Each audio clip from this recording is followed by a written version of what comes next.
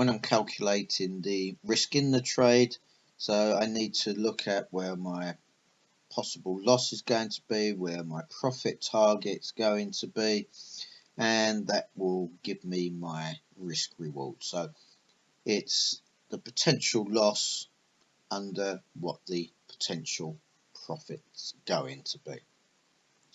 As I said much earlier, 2 to 1 is acceptable, 1 to 1 is very dangerous, so you want a minimum of 2 to 1, I suggest.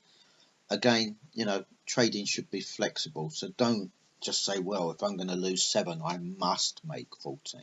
Sometimes the market won't give you 14, but if you can get 10, 12, or at least take some of that position off sometimes, if you feel the market struggling, you've locked in some profit, and then you can carry on making those decisions on that remaining part of that position as the market fluctuates. Of course, you set that stop loss, you put that into the market so that as soon as it hits that price, you're protected. You cannot react as fast as your system can react.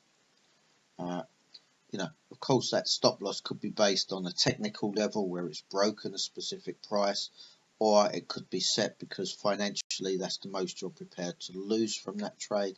Sometimes it can actually be a combination of both.